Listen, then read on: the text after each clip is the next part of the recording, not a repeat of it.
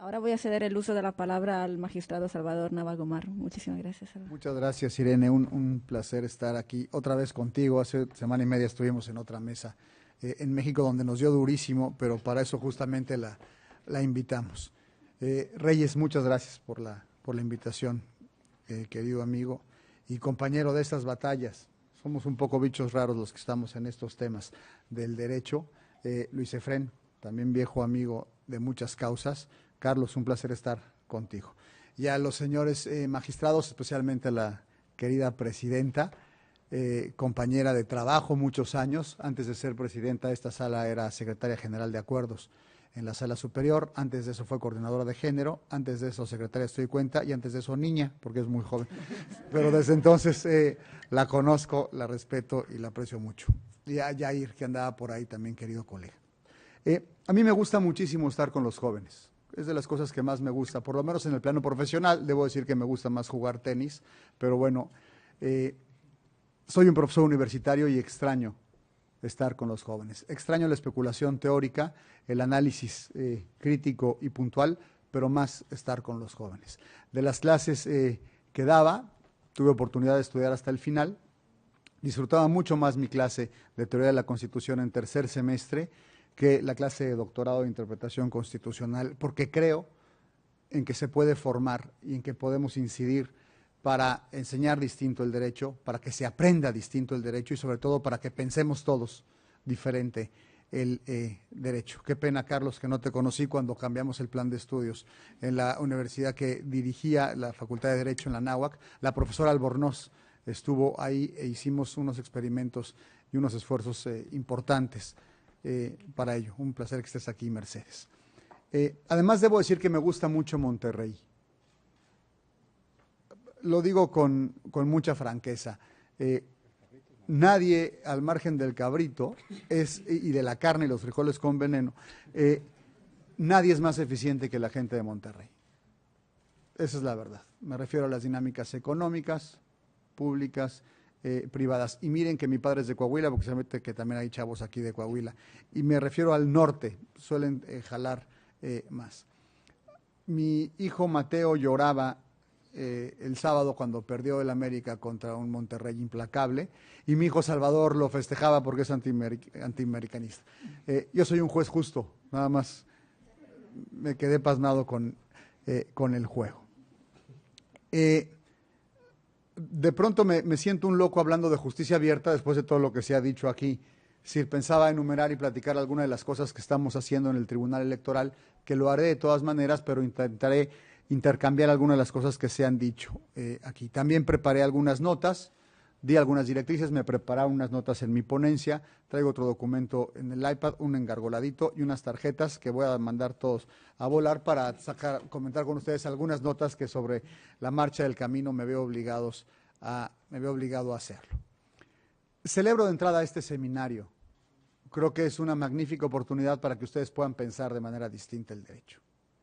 El hecho de estar en un lugar para aprender a debatir y acercarse a un tribunal abierto, creo que cambia ya por completo la dinámica tradicional de nuestras miles de escuelas de derecho.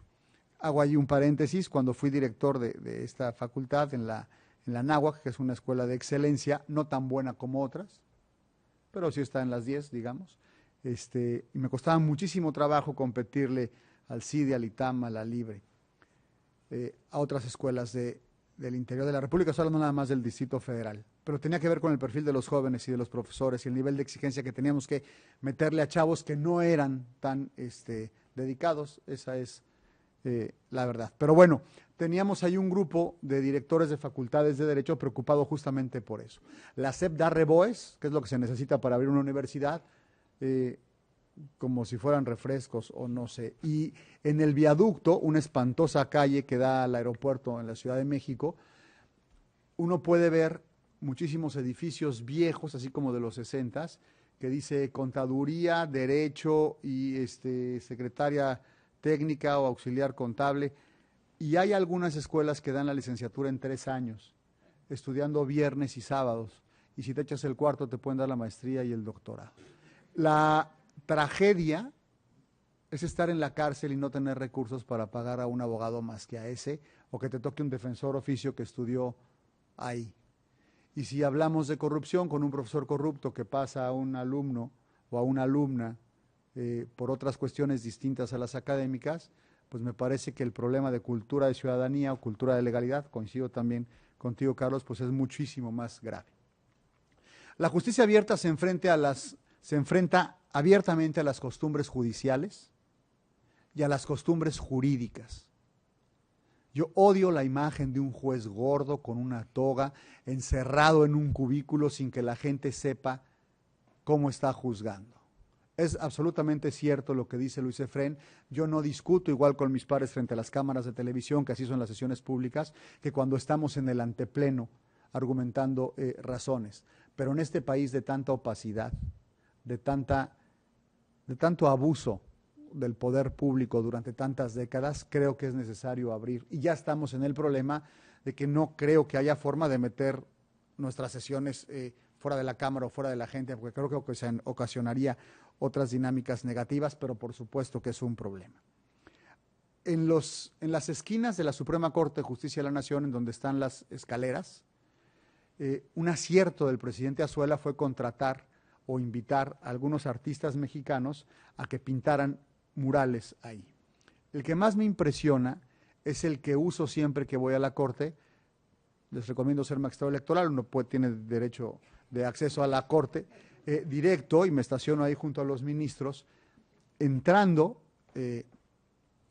subo por la escalera que están junto a los elevadores, en donde me deja mi chofer en el estacionamiento, y hay un mural de Cauduro que me gusta subir las escaleras y no usar el elevador, porque él explica, y se ve claramente, que es la imagen que tenía de la justicia y que le quiso dar esa imagen a los ministros para que se acuerden de juzgar contrario a lo que representa.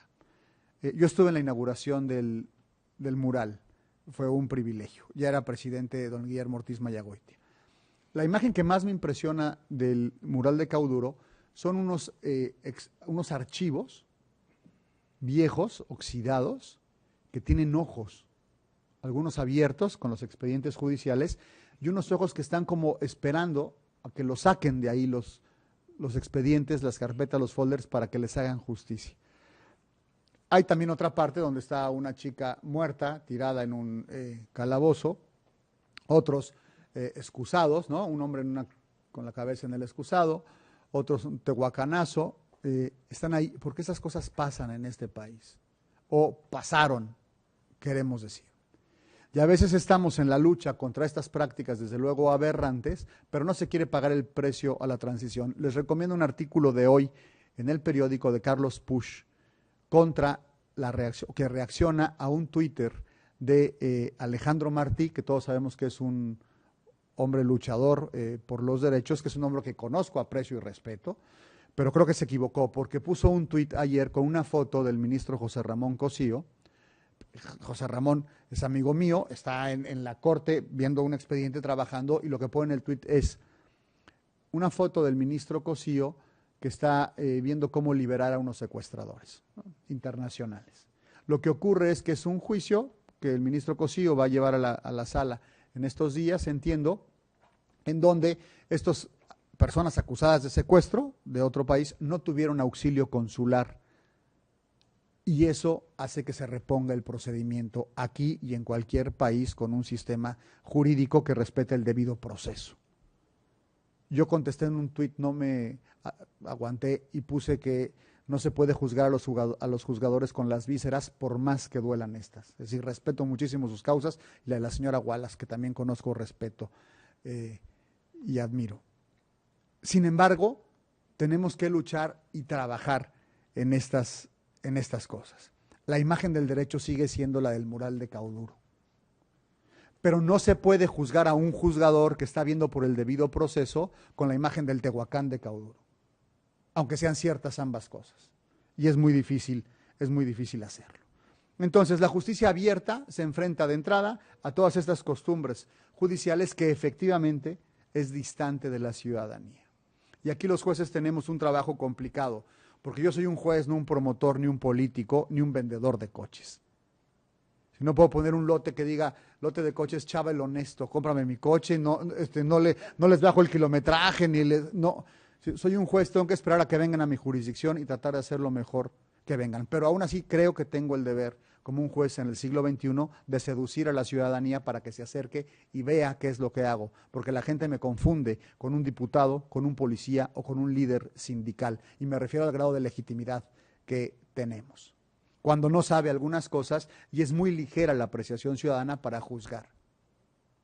Ustedes que son profesionistas o que están a punto de ser profesionistas, tienen el enorme privilegio de serlo en un país en donde el grado de educación es muy atrasado y no pueden reaccionar igual. No pueden reaccionar igual. Para eso hacemos algunas cosas, como lo de justicia abierta. No es que parezca hay un loco aquí hablando, ¿no?, de lo grave que está el derecho, la enseñanza del derecho, lo grave que está el país, y yo diciendo, miren qué bien está nuestra página de internet, ¿no? O sea, no se trata de eso, pero sin embargo, sí es necesario y es imprescindible. Owen Fis dice, y me gusta repetir esta frase, que la judicatura tiene una doble obligación. Primero, por las decisiones que toma, por supuesto, cada juez es responsable de lo que vote y de lo que decide, pero también de justificar esas decisiones con razones públicamente aceptables. Si no se entiende lo que estoy votando, cómo lo construí, por qué lo decidí así, entonces mi resolución es mala. Y por ello celebro también estar en Monterrey. Me parece que las resoluciones de la Sala Monterrey son las mejores, por lo menos cuanto hace a razones públicamente aceptables. La primera semana de mi integración como miembro de la Sala Superior, hace 9 años, 7 meses, llevé un proyecto de sentencia sin antecedentes. Mi lógica es la siguiente: las personas que están en juicio ya saben de qué se trata, ya saben cuándo empezó su problema, cuándo presentaron una denuncia de hechos o fueron a un instituto electoral que no les hacía caso o presentaron una demanda en el tribunal que le revocó o en la sala regional. Y yo me tardo 20 páginas en decirle eso. Creo que no sirve. Y luego en ver qué es lo que dice su demanda, cómo lo plantea, lo vuelvo a platicar y luego después digo, bueno, entonces voy a empezar a juzgar en la página 100. Digo, de todo esto que dije, tomo el primer asunto o el cuarto agravio porque tiene que ver y vuelvo a platicar. Llevo 120 páginas y no se entiende nada. Eso me aleja de la ciudadanía. Yo lo digo siempre, nuestras sentencias no se entienden. No se entienden. Aquí están en un esfuerzo importantísimo para ello. Esto que presenté la primera semana fue rechazado por la mayoría de mis pares. Jueces de carrera, me refiero a los mayores, y también los entiendo. Empezó yo a hacer ruido y me invitó a desayunar un presidente de la Corte, todavía no era presidente, Juan Silva Mesa, y me dijo, Salvador, te entiendo, pero el problema es que nos tienen tanta desconfianza que tenemos que meter todos esos antecedentes porque si no la gente cree que no los vimos y no resolvimos con base en ello. Que o sea, hay que escanearlo y lo ponemos en un anexo al lado de la sentencia y ya está. Me dijo, no, se necesita. Y yo le dije, tenemos que cambiar eso. Me dijo, pero todavía no, yo creo que sí, el que no, pero entiendo sus razones. O sea, ninguna es cierta. Yo me inclino por la segunda, pero entiendo exactamente qué es lo que me estaba diciendo. Ahora bien, esta idea de justicia abierta pues corre en paralelo o tomando la idea de gobierno abierto efectivamente del presidente Obama en 2009, lo que hace en la cumbre de Naciones Unidas unos años después y el esfuerzo tan importante que se ha hecho para abrir a los gobiernos, porque en México hay un poder criptocrático. Entre más tengamos en secreto las cosas, soy más poderoso y la gente sigue pensando así y muchos de nuestros actores políticos siguen actuando y pensando así. Gobierno abierto, justicia abierta, veo 4 puntos, igual que Obama, coincidimos los dos, ¿no? Como con George Clooney, que tomamos el mismo café, así con Obama coincidimos en estos puntos. Transparencia, rendición de cuentas, uso de las tecnologías y participación ciudadana. El Tribunal Electoral del Poder Judicial de la Federación, les recuerdo que no soy vendedor de coches, es un tribunal abierto. Fuimos a la cumbre mundial para el gobierno abierto de más de 500 instituciones de todo el mundo, éramos el único tribunal. Creo que eso da cuenta de la cultura, de la justicia y de la ciudadanía. Se nos quedaban viendo ahí como locos y nos pusieron con unas ONGs, no sabían en dónde ponernos en el Congreso porque pues, nadie hablaba de justicia abierta. Somos transparentes, nuestras sentencias están en línea. A mí me parece algo evidente y un mínimo minimorum, en la mayoría de los tribunales del mundo no es así. El Las sesiones son públicas con esta complejidad que tiene la propia publicidad, pero creo que más vale hacerlo así. Decía un justice de la Corte Americana, un ministro de la Corte Americana, el juez Brennan, que el mejor desinfectante para las cosas públicas es la luz del sol. Y creo que hay que sacar las cosas, abrir las ventanas, como bien decía Reyes. Tenemos una página de internet amigable. Hablaba con la presidenta de esa sala que tiene que ser mucho más amigable y coincido, pero se encuentran ahí los datos. A veces medio recoveco, homologándonos al resto del Poder Judicial, que hace esfuerzos muy importantes, pero que hay esta cultura de pues, la ropa sucia se lava en casa, encerrémonos aquí y arreglamos las cosas, pero es un problema cultural. Por eso me gusta tanto estar con los jóvenes, son la única esperanza y no es un eslogan. Hay generaciones perdidas, la de ustedes no puede perderse. Rendimos cuentas. Y es una idea de nuestro presidente Carrasco, antes de que fuera presidente, así que tiene más chiste. Nuestras compras se graban a partir del comité de adquisiciones en internet. Uno puede rastrear de dónde salieron estas tarjetas y por qué se compraron y a qué proveedor. Eso me parece imprescindible. En este país, iba a decir de casas blancas, pero soy un juez y no es correcto, de dudas sobre licitaciones y procesos públicos con el manejo de recursos públicos, creo que es importante hacer eso. Manejamos la tecnología a nuestra capacidad. Tenemos una aplicación, una app que se llama Tribunal Abierto. En este país, no sé si saben el dato, hay 100 millones de teléfonos celulares. 100 millones. Más del 80% con acceso a redes. No todos lo usan, pero 80% tienen acceso a redes. Me parece un crimen hacer una actuación pública que no se pueda ver desde un teléfono celular. Estamos a 2 clics para que se vean las sesiones del tribunal aquí, los avisos de la sesión y un resumen de las sentencias en 2 líneas. Eso se llama sentencias en 2 líneas. ¿Qué se trató y de qué y para qué? Y participación ciudadana. No hablaré de todos los eventos que hacemos. La semana pasada, donde la profesora Irene tuvo a bien hacer pedazos la argumentación de unas sentencias, con toda la razón, además, debo decir, con pesar. Pero aquí estamos hablando con ustedes de lo que hacemos, de lo que ustedes quieren hacer, de lo que quieren aprender, y coincidimos en el lugar hacia donde queremos llevar el derecho. Sobre la transparencia me gusta hablar de mí. Dice mi esposa, yo participé en la redacción de la primera Ley Federal de Transparencia. Por cierto, con un apoyo empresarial importante de aquí de Nuevo León, concretamente el Grupo Reforma, que digamos ayudaba a que nos reuniéramos, a que hiciéramos y demás. Y luego cuando fui director en Anáhuac hicimos el primer concurso de juicios orales de universidades y Reforma patrocinó unas cosas bien importantes. Grupos de Nuevo León preocupados por ello. Pero bueno. Y alguien dice, la transparencia es una moda, abrir igual que la justicia abierta. No, es un requisito. Hablando con una visión estrecha de legalidad, tiene que ver con el principio de publicidad de actos y normas, sin el cual no hay seguridad jurídica, sin el cual no hay certeza, sin el cual no hay legalidad y sin la cual no hay Estado de Derecho. Y antes teníamos cosas a obscuritas. Hay todavía ejemplos recientes de gobernadores que no publicaban el presupuesto de egresos de su estado en el diario oficial o que el tiraje era muy pequeño. De ese nivel es el grado de falta de transparencia.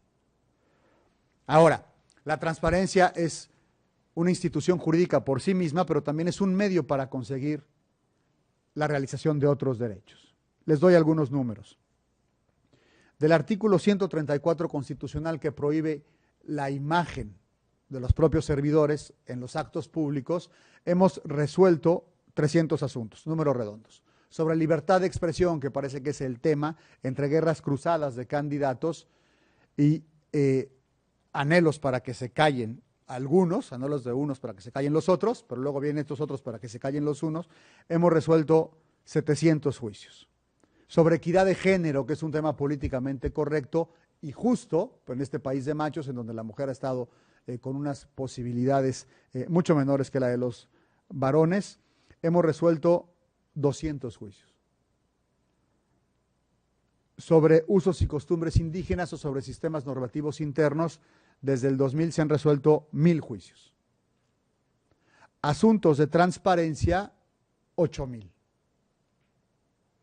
Porque resulta que alguien quiere participar en un proceso interno de un partido político y no les dan los datos de las bases. O se elige otro partido, el método de encuesta para ver quién va a ser el candidato y no les dan la metodología de las encuestas al que pierde. Y entonces, cada vez es una dinámica que usan más los ciudadanos para poder ejercer sus derechos. Tenemos 5,628 solicitudes de transparencia resueltas al día de ayer y solo 47 recursos contra ellos, de los cuales más de la mitad son infundados, porque ya existía, ya se había proporcionado la información o no existía. Somos un tribunal transparente, pero contra eso hay millones de visitas al portal de internet, millones. Y con más de, perdón, miles, no millones. Miles, y con más de, sumó 1 millón el año pasado, no, 3 millones en 2015, 1 millón llevamos en 2016. Con más de 4 minutos de promedio por navegación, es decir, se meten y sirve. Y con más de una descarga de documentos por visita, es decir, sirve y se usa. Tengo y tenemos en el tribunal Twitter, Facebook.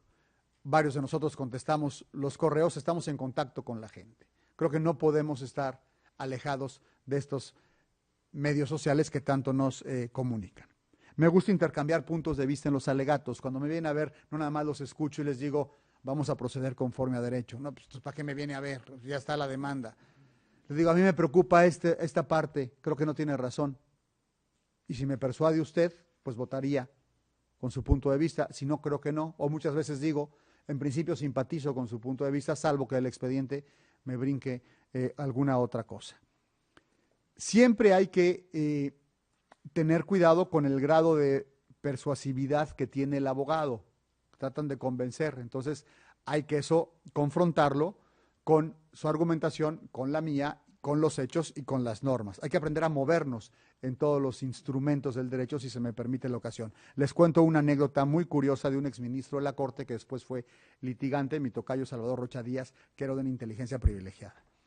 Un litigante muy travieso. Me hablaba él a mí de tú, me conocía desde que yo tenía pelo, yo siempre hablé de usted. Y me decía, tocayito, en este asunto, representando una televisora, nos multaron indebidamente porque es así, así y así. Y yo le decía, no, don Salvador, no, tocayo, mire, aplica esta jurisprudencia, ya hemos resuelto. Y me decía, no, no aplica la jurisprudencia. O sea, no, sí aplica por esto, mire estos casos. Me decía, no, no aplica la jurisprudencia. A la tercera le dije, bueno, ¿por qué no aplica? Pues una grosería, tal cual, es escatología pura, es lo que dijo el ministro. Me dice, no aplica porque me rompes la madre, tocayito. Dice, si la aplicas pierdo el asunto. Eso me dijo. Le dije, no, bueno, tocayo, intentaré ver cómo no le hago eso, ¿no? Pero ese fue, es decir, ya lo tenía yo arrinconado, que fue toda una esgrima. Yo estoy muy orgulloso porque de verdad soy un gran abogado.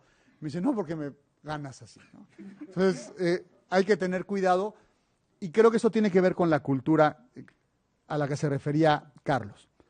Romper con esas malas prácticas. No es un partido de tenis, no tienes que ganar a fuerza. Si te dicen que no en un juicio y fue justo, no tienes por qué apelar un escopetazo para ver por dónde le pegas al 14 o al 16 constitucional o al 17. Es decir, no todo es así. Si se pierde, se pierde. Si hay justicia, hay justicia. Nuestros abogados no tienen esa cultura. Por eso tenemos tantos asuntos y tantos desechamientos. Una barbaridad. En 9 años, 7 meses, hemos resuelto 150,000 asuntos. Creo que muchos de ellos se pudieron haber evitado. Y aquí pierde la subjetividad, o debería perder la subjetividad contra la objetividad. O sea, no tanto ve tu causa, sino si hay justicia o no, si el sistema jurídico está cumpliendo lo suyo. Me gustó muchísimo lo que dijo Carlos respecto de derechos fundamentales, y yo lo confrontaría contra requisitos administrativos. De pronto nos hacemos unos leguleyos espantosos. El artículo 41 de la Constitución es un reglamento que no tiene por qué estar de acuerdo con el mínimo conocimiento del sistema de fuentes, con la jerarquía de una norma constitucional en muchas de sus partes, otras sí. Yo soy kelseniano por lo que hace a la estructura de la norma. Respondiendo a la pregunta de qué me acuerdo de la universidad, Villoro Toranzo, en su clase de Introducción al Estudio de Derecho, que fue mi maestro, aburridísima la clase, por cierto, pero era un hombre sabio. No, la verdad, yo decía, yo quiero ver cómo se saca la gente de la cárcel, pensaba yo, ¿no? En primer semestre, ¿no? Que me hablen de estas cosas, pero nos enseñó muchas cosas y entre ellos la jerarquía normativa. Creo en la Constitución como el fundamento del ordenamiento jurídico. Me gusta la idea de Grundnorm, ¿no? De norma hipotética fundamental, como los principios y los derechos que dan sustento al propio ordenamiento jurídico. Y me muevo por ahí, pienso en el fundamento de validez material de las normas. Para ver, es bien sencillo, ¿no? Para ver si la ley es inconstitucional o no. Y también uno va adquiriendo como sentido común, creo, que es así respecto de esta movilidad por la jerarquía normativa. Les platico dos asuntos. Derechos fundamentales contra requisitos administrativos. Unos consejeros del INE, verdaderamente molestos porque le dimos el registro o revocamos su acuerdo que le quitaban el registro a Ricardo Monreal para contender como gobernador de Zacatecas. La causa, y así está en la norma, ellos actuaron bien legalmente hablando, fue el señor entregó tarde su informe de gastos de precampaña y por ello se dice que no contienda para candidato a gobernador de un estado. Me parece irracional por todas partes. Es decir, no se cumple con un requisito administrativo en tiempo y quitas un derecho fundamental. Y estoy pensando en el derecho fundamental de los que quieren votar por el señor, no nada más en el de él. Creo que la desproporción se explica sola. A toro pasado creo que nos equivocamos y que debimos haber declarado inconstitucional esa norma, que no lo hicimos. Nos fuimos por la desproporción de la sanción y que era a todas luces contrario al propio sistema de principios democráticos. Incluimos o revocamos un acuerdo que negaba a 10 candidatos y candidatas, en total 10, a la Asamblea Constituyente de la Ciudad de México la posibilidad de contender. Alegaban en el INE que no había certeza de que reunieran los requisitos para poder contender 73,000 firmas. Y los candidatos alegaban que no había certeza de que no las cumplieran. Había una duda fundada cuando habían entregado cientos de miles de firmas. Frente a los errores confesos de la propia autoridad dijimos no hay certeza que se les permita jugar.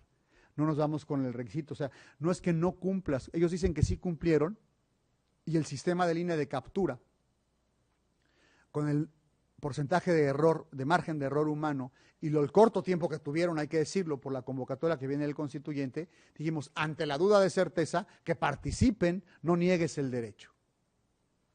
Coincido absolutamente, es el derecho está al servicio de los derechos humanos, de eso se trata, para eso nos organizamos conforme un sistema de normas que nos rigen a la vida en sociedad.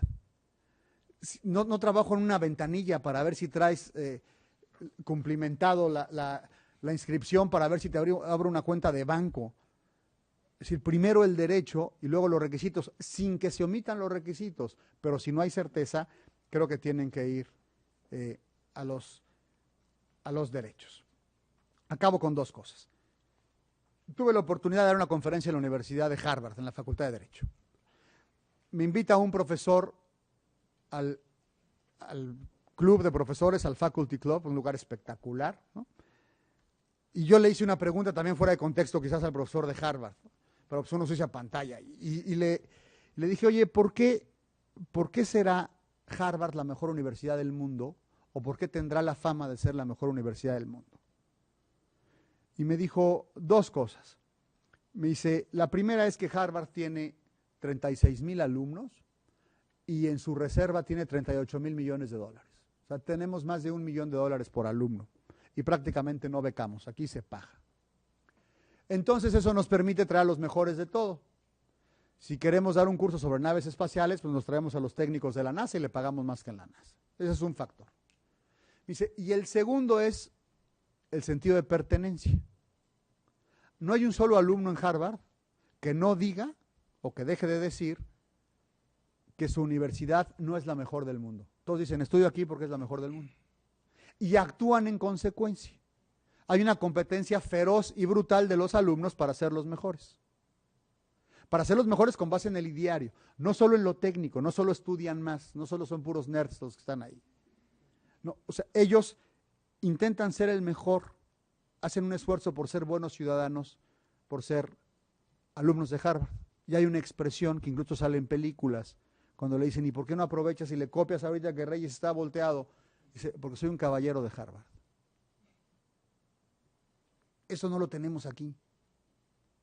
Y tiene que ver con esa cultura de la ciudadanía y del esfuerzo individual. Repito, tenemos que enseñar, tenemos que aprender y tenemos que pensar el derecho de manera diferente.